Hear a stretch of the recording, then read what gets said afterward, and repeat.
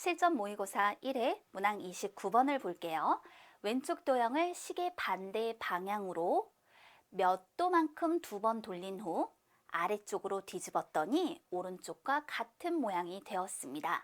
네모 안에 들어갈 수 있는 가장 작은 수는 얼마입니까? 라고 물어봅니다. 그러면 생각해 줘야 될 것이 있어요. 그게 뭐냐? 우리 네 가지.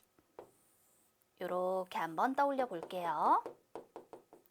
우리 왜 돌리기를 할 때 이런 표시들을 굉장히 많이 만나죠.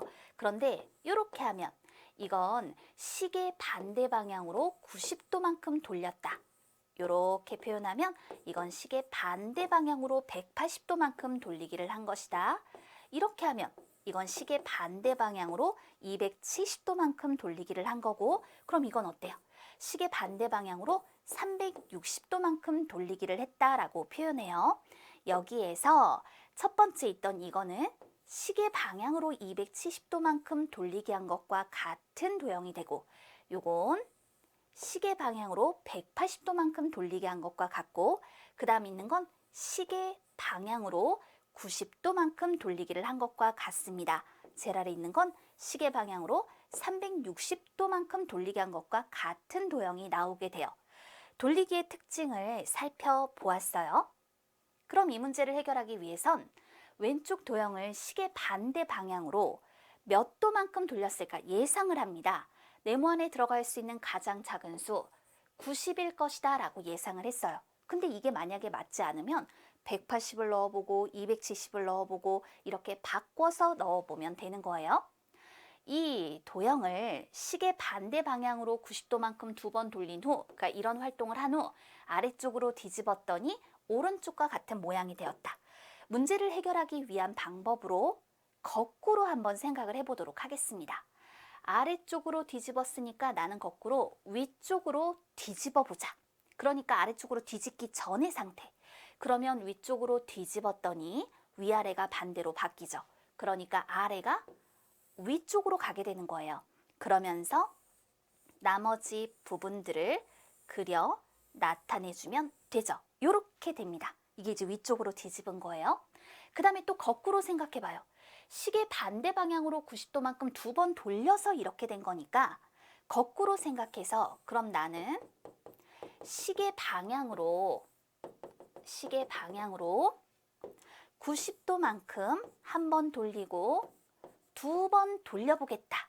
그럼 이 왼쪽에 있는 것이 나오는지 한번 확인을 해볼 수 있겠구나. 그래서 이제 확인 들어갑니다.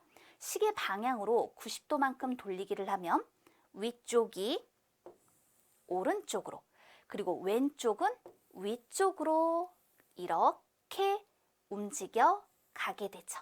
이동을 하게 된단 말이에요. 그 다음에 한 번 더 시계 방향으로 90도만큼 돌리기를 해요.